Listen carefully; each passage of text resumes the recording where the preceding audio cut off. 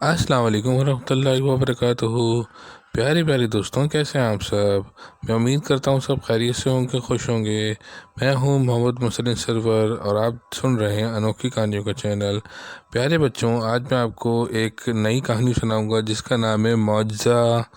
एक दफ़ा का जिक्र है कि एक गांव में दो दोस्त राशिद और अख्तर रहते थे। राशिद नहायत ही शरीफ और अच्छा नमाजी और परहेजगार इंसान था।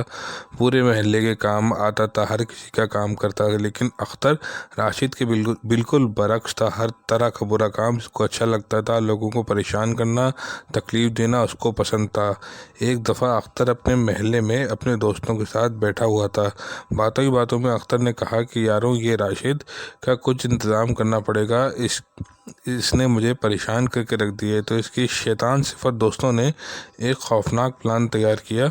इन लोगों ने सोचा कि इतवार को एक क्रिकेट मैच रखते हैं, उसमें तुम अख्तर को लेकर आओगे, इस मैच में खिलाओगे।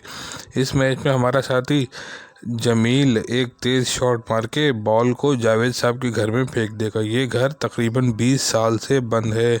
बच्चों, जो घर 40 साल, 20 साल या 40 दिन से बंद हो, वहाँ गायबाना मखलूक का बसेरा हो जाता है। फिर वो घर इंसानों के रहने के काबिल नहीं होता। फिर इतवार का दिन आ गया। राशिद और अख्तर मैदान में आगे मैच स्टार्ट हुआ। बिल्कुल प्लान के मुताबिक दूसरे ओवर में जमील ने बॉल को जावेद साहब के घर में फेंक दिया। इतने में अख्तर और दूसरे दोस्तों ने आज आकर राशिद से कहा कि जाओ राशिद, जाके बॉल ले आओ।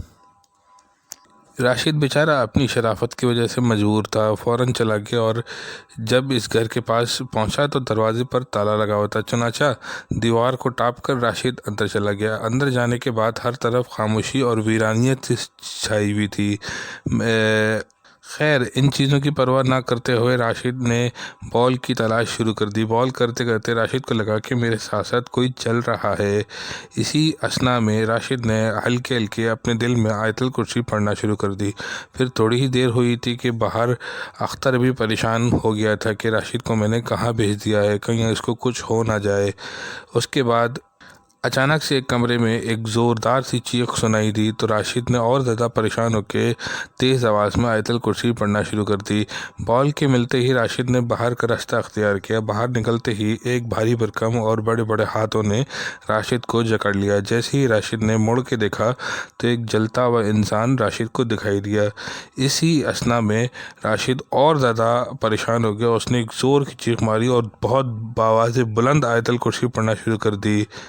आयतुल कुर्सी की इस बरकत से अल्लाह ताला ने एक ज़बरदस्त मौजज़ा रोनुमा कर दिया। इस बला का जिस्म राख के ढेर में तब्दील हो गया। ये देखकर राशिद की जान में जान आई और बॉल लेकर वो बाहर चला गया। अख्तर राशिद के पास आया तो उसने इसके पास आके माफ़ी मांगी। राशिद भाई, मुझे माफ़ कर दो, मैंने जो है ना अपने दोस्तों के बहकावे में आके तुम्हें परेशान किया, तुम्हें मैंने गलत घर में भेज दिया, मुझे माफ़ कर दो राशिद। तो राशिद बहुत नरम दिल था। राशिद ने अपनी नरम दिली और रहम दिली की वजह से अख्तर को माफ़ कर दिया। फिर ये दोनों मैच ख़त्म करके अपने अपने घरों को वापस चले गए।